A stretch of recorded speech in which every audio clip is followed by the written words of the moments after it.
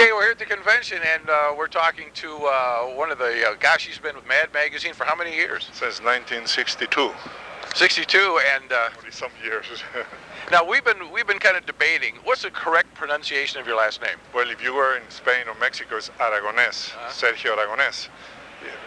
Could be anything, Aragones, whatever you want to say it. If it's not Aragones, it's anybody's game. So. Now, you've done a lot of the bits for Mad Magazine, but did you start out doing the bits, or did you start doing those marginal drawings? Well, when I arrived to Mexico, the first thing they bought was an article about astronauts, a two-pager, and then ideas for the covers. And then I wanted more, so I thought of putting little cartoons on the borders. And then the first issue that came out had the article about astronauts, the marginals, and the cover idea was mine. And like that, from now on, I never missed an issue. So you're just kind of doodling, and that's how the ideas came out? Oh, no, they are very well thought humor. Oh, really? Oh, yeah. Each one is a gag in itself. There's no... Yeah, spiders here. Yeah. Oh, where? I brought them with me, then my pets, leave them alone. And how long have you been doing Gru? Since 1983. But I conceptualized it long before, and the problem it wasn't publishers, because in those times the copyright only belonged to the comic book publishers. And I wanted to own the copyright, so it took close to 12 years before I could have it published. Now, aside from Gru and Mad, what are some of the other comics you were doing? Oh, I've been doing for DC Comics, many of them. I wrote for the House of Mystery, for Young Romance. I've done a comic called Plop. Oh, I remember Plop. Yeah. Cartoons. I did a Western called Batlash. Oh, Batlash, yeah. And I've done tons and tons of comics for them, and a lot of comics with Dark Horse and with Mark Evanier, and Sergio destroys Marvel. No, Sergio massacres Marvel, Sergio destroys DC, Sergio stomps Star Wars.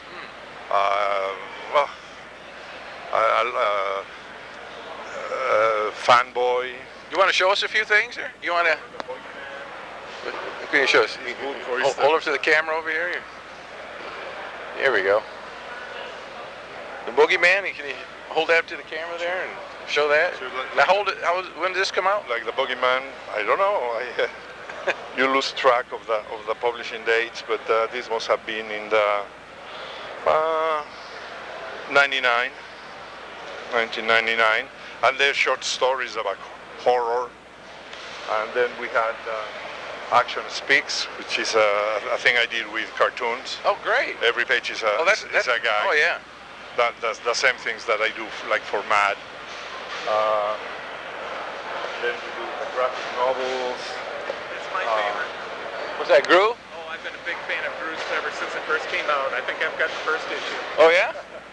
And Fanboy, which is a compilation. It's a fan that many other artists, the original artists who drew the comics, drew their own characters in combination with me about this fan who has these great fantasies about comics.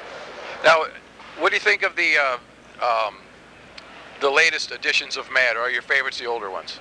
No, I love what they're doing now. The artists are fantastic.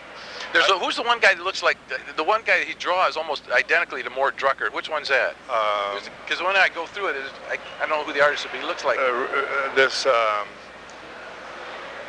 So amazingly like Mort Drucker style. Well, what happened is they wanted to have a same continuity of the style for people to identify with the movie. Al Jaffe style, I noticed. That was his own. He does the fold-ins and stupid questions, snappy answers. And Angelo Torres, one of the great illustrators, he changed his style a little to draw more like Mort Drucker. He's around since the early comic days too. Oh yeah, he was one of from the time of the EC Comics, doing material. I mean, he's doing a lot of the sci-fi stuff for like weird fantasy, weird science back then too. Yes. So it's. But I like the new art that is being used in Mad. It's very good. The writing is good. I don't understand it. No, I don't understand it because they talk about people that I don't know who they are and things that happen. So I had to ask my daughter about it, And when she was younger, she understood and says, "Oh, this is about this is about that." But now that she's in her 30s, many things past her, and says, "Oh, I don't know who those people are." You know, so it's generational. It worked great for the younger generation, but the art is as good as it was ever. And currently, what you working on?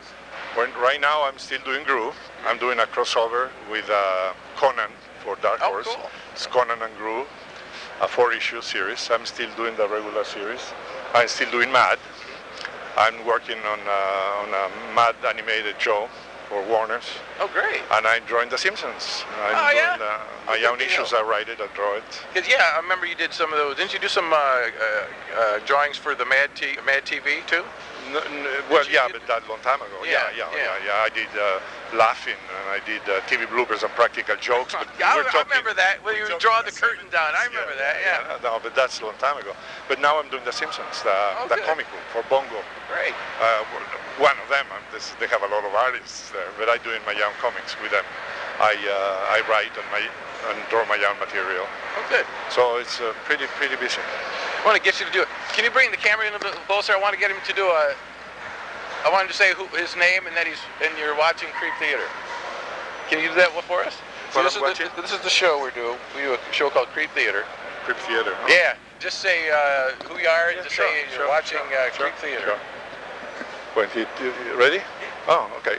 So I'm Sergio Aragones, Mad Magazine cartoonist, and you're watching this on Creep Theater. Yeah. All right.